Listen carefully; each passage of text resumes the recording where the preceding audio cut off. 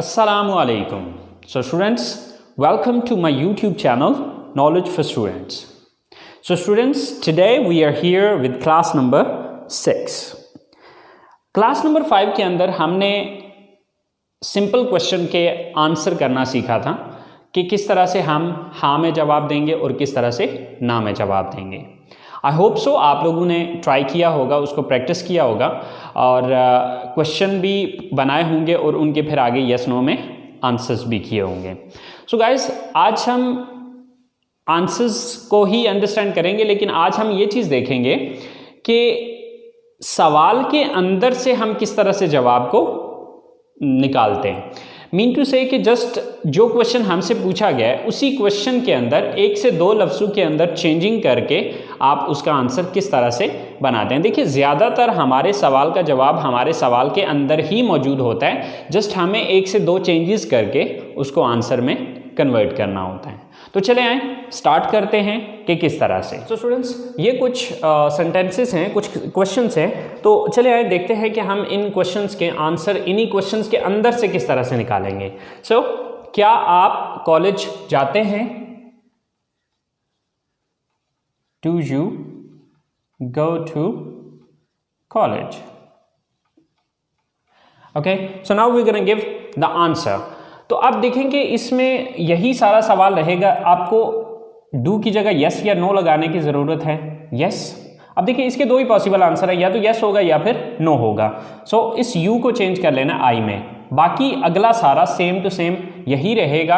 हाँ, अगर आगे को प्रोनाउन आ रहा है तो उसको चेंज करने की ज़रूरत है, बट प्रोनाउन चूँकि अभी डिटेल से हमने पढ़ा नहीं है, उसको अभी डिस्कस नहीं किया, इसलिए मैं उस डिटेल में अभी फिल वक्त नहीं जाऊँगा, लेकिन अगली क्लासेस में इंशाल्लाह उसकी भी डिटेल आपको बताऊँगा। सो यस आई, नेक्स्ट जो बकिया बचता है सवाल के अंदर सेंटेंस, वही सेंटेंस हम यहाँ पर लगा देंगे।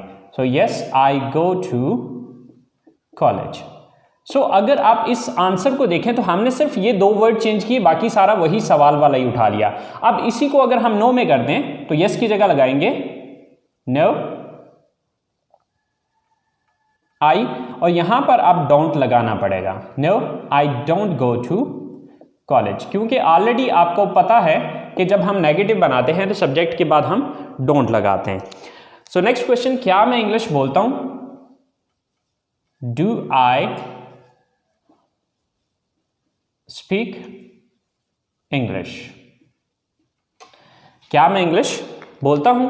अब गाइस यहां पर एक चीज याद रखनी है कि अगर सवाल के अंदर सब्जेक्ट यू आ रहा है तो उसको आई में चेंज करेंगे, और अगर सवाल में आई आ रहा है तो उसको यू में चेंज करेंगे। सो जैसे कि डू की जगह यस, यू को सॉरी आई को चेंज किया यू में। Yes you speak English. Yes you speak English. अब अगर नो में यही आंसर करना है तो यस की जगह नो लगा दें यू, और आगे आपको पता है कि सब्जेक्ट के बाद डोंट लगाना है। Yes sorry no you don't speak English. No you don't speak English. Next question is, क्या हम क्रिकेट खेलते हैं?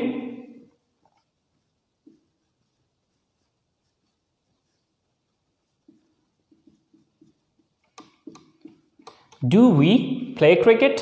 अब इसके दो पॉसिबल मीन आंसर्स हैं, बट इसमें ये जो वी है ये या तो वी ही रहेगा या फिर इसको यू में कन्वर्ट कर सकते हैं। अब देखना ये होगा कि जो बंदा सवाल पूछ रहा है वो अपने बारे में बात कर रहा है या आप खुद भी उसमें शामिल हैं। अगर तो वो सिर्फ अपने बारे में बात कर रहा है या अपने साथ जुड़े हुए कुछ और लोगों की बात कर रहा है, लेकिन आप खुद उसमें शामिल नहीं हैं, यानी कि जिस बंदे से सवाल कर रहा है वो बंदा उसमें शामिल नहीं है, तो फिर यू लगाएगा। अगर आप खुद भी उसमें शामिल हैं तो फिर उसमें आपको वी ही लगाना पड़ेगा। तो इसके दो पॉसिबल आंसर हैं, एक तो आप ये कहेंगे sorry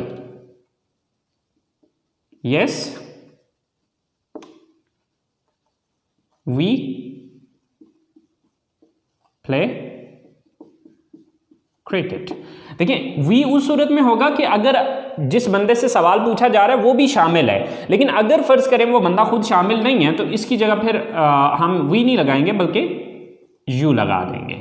yes you play cricket. Okay, तो वी उस सूरत में होगा कि जिस बंदे से सवाल पूछा जा रहा है, ठीक है, वो खुद भी इसमें शामिल हो, ठीक है। और अगर वो बंदा खुद शामिल नहीं है तो फिर वी नहीं लगेगा, बल्कि आप वी यू में कन्वर्ट कर देंगे। सो अगर नो में आंसर करना हो तो नो, वी या यू, अब वो डिपेंड करता है क्वेश्चन पे। So don't play cricket, okay. So no, we are you don't play cricket. So हमारा नेक्स्ट क्वेश्चन है, क्या वो किताबें पढ़ते हैं? Do they read books? Do they read books? So do की जगह yes, next same to same, they read books. और अगर आप इसी को नो में लेके जाते हैं, no they don't read books. So guys, अब देखें कि हमने ये जो 4 क्वेश्चन बनाए हैं, इन क्वेश्चन के अंदर अगर हम देखें तो कोई लंबा चौड़ा चेंज नहीं किया हमने, सिर्फ एक शुरू में यस या नो लगाया है और आगे सब्जेक्ट को अगर ज़रूरत पड़ी है तो हमने जस्ट सब्जेक्ट को चेंज किया है। अब आगे मैं आपको ये चीज़ भी बता देता हूँ कि कौन कौन से सब्जेक्ट किस में चेंज होंगे और कौन से सब्जेक्ट चेंज नहीं होंगे।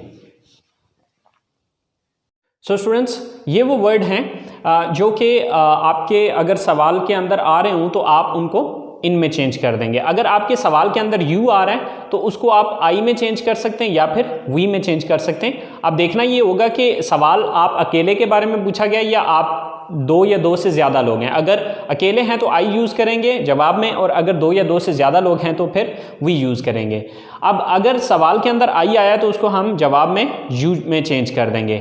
अगर सवाल में वी आया है तो उसको वी में भी यूज़ कर सकते हैं और यू में भी यूज़ कर सकते हैं, क्योंकि अब ये डिपेंड करेगा कि सवाल किसके बारे में है। यानी कि सवाल जो है वो जो बंदा पूछ रहा है वो सिर्फ अपने बारे में पूछ रहा है या उसने आपको भी शामिल किया। अगर सिर्फ अपने बारे में पूछ रहा है तो आप यू का वर्ड यूज़ करेंगे, और अगर आपको भी साथ शामिल किया है तो फिर वी का वर्ड यूज़ होगा। अगर सवाल में योर आ रहा हो तो उसको माई में भी चेंज किया जा सकता है और अर में भी चेंज किया जा सकता है। अगर सवाल में माई आ रहा हो तो उसको योर में चेंज किया जाएगा, और अगर सवाल में अर आ रहा हो तो जवाब में योर या अर इस्तेमाल होगा। स्टूडेंट्स, अगर इनमें से कोई सब्जेक्ट आ रहा है तो फिर इनको चेंज करने की ज़रूरत नहीं है, सिर्फ आपने यस या नो क्वेश्चन के अंदर लगाना है। बाकी जो अगली स्टेटमेंट है या अगला जो सेंटेंस है उसको सेम एज इट इज़ जिस तरह वहाँ पर दिया गया सवाल के अंदर बिल्कुल सेम टू सेम वही आपने इस्तेमाल करना है। सो आई होप सो स्टूडेंट्स, आप लोगों को इस बात की समझ आ गई होगी। सो अब नेक्स्ट जो है वो मैं आप लोगों को 10 सवालात दे रहा हूँ जिनके आपने यस नो में आंसर करने हैं, और ये आंसर आपने बिल्कुल वैसे ही करने हैं जो तरीक़ाकार मैंने आपको अभी समझाया है। सो स्टूडेंट्स, ये 10 सेंटेंसेस ये हैं, देख लें ज़रा। Do you watch TV? Do they learn English? Do we use the computer? Do I sit here? Do you live in this city? Do we go to mosque? Do they go for morning walk? Do Asim and Amir study in this college? Do they work in this factory? Do you visit different parks? So guys, in sentences को आपने English में convert करना है। तो इंशाल्लाह यही sentences जो है वो मैं अगली क्लास में बनाऊंगा। तो आपने अपने सेंटेंसेस देख लेने कि आया कि जो सेंटेंसेस मैंने बनाए और आपने बनाए आया कि वो सेम है या उसमें कोई कमी बेशी है।